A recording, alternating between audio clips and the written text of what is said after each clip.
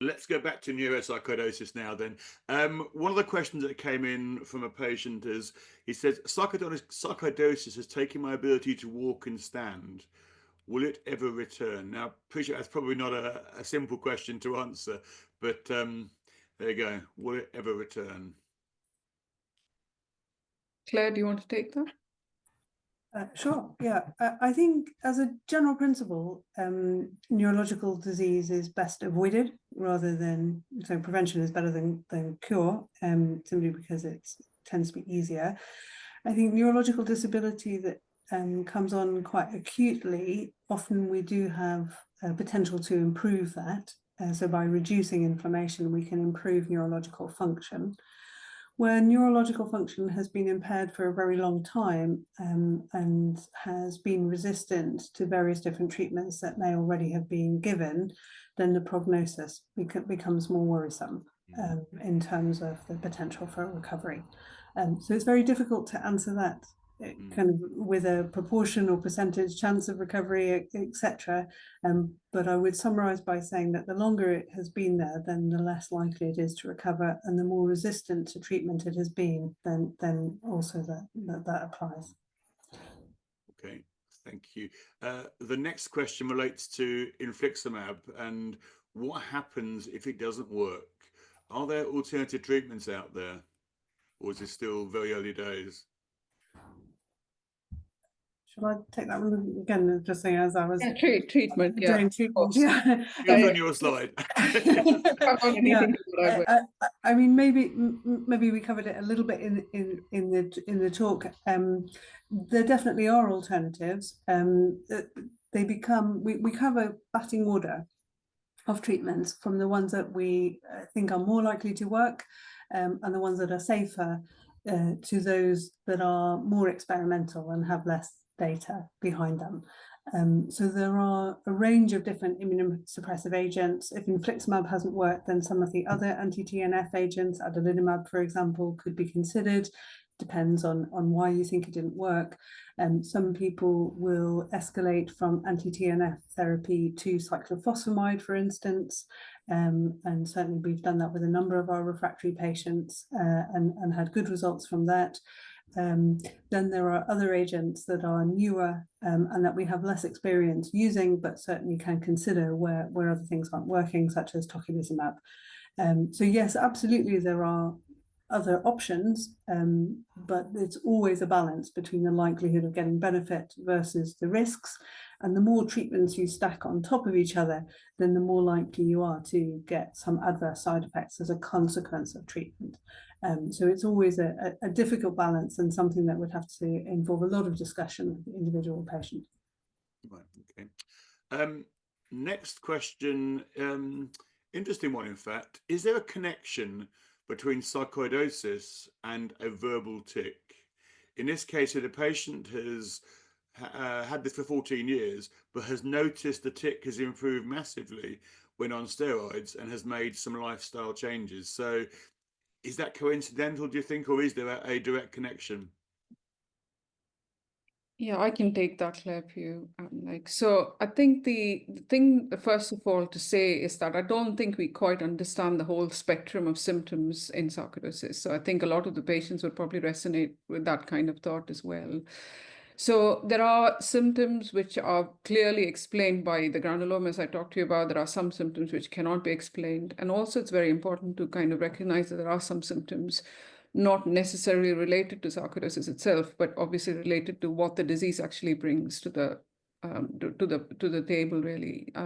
So very often I say to patients who feel very worried that their treatments are not working because they have increased fatigue or they have other symptoms associated with sarcoidosis, is that solution may not be just increasing their sarcoid treatments, but actually to look elsewhere and try and sort of resolve that.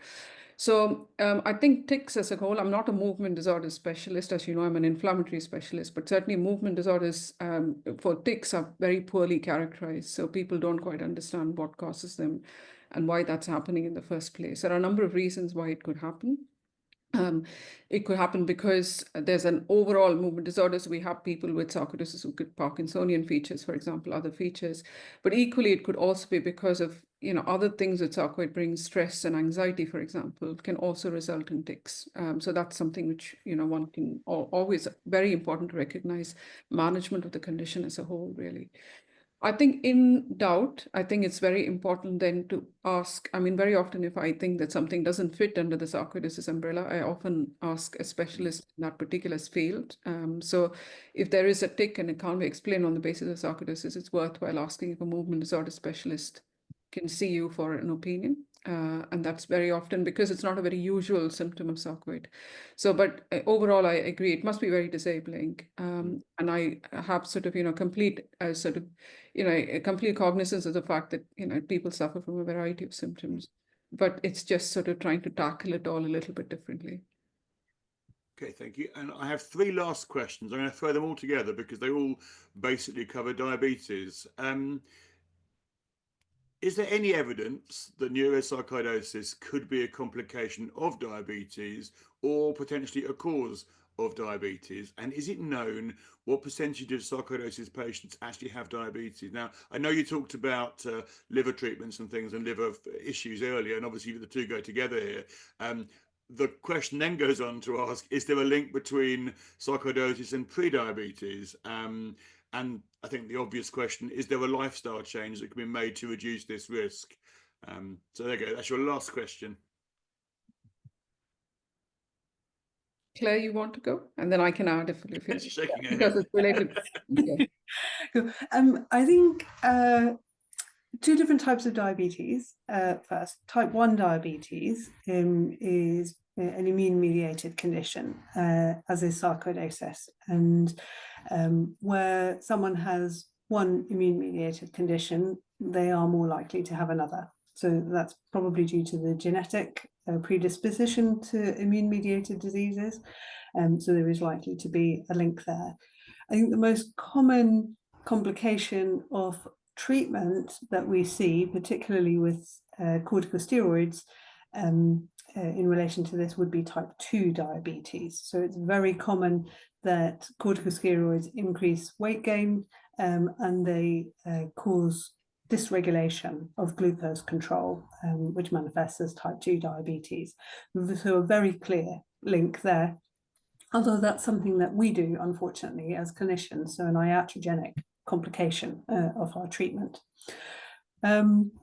There are definitely things that people can do to minimize the risk. Again, Dr. Braithwaite talked about some lifestyle changes in particular, so optimizing body weight, keeping as physically active as possible. All of those things will help people's resilience to any neurological condition. That's not to say that it can be cured by those things necessarily, but anything that we can do to improve the chances of success in terms of a favourable outcome, then those are some things that can help. Okay, can I say thank you to both of you? A brilliant presentation, a lot of detail, and I suspect many more questions will appear in due course to us. So we may contact you for some answers at some point. But thank you very much for your time this morning.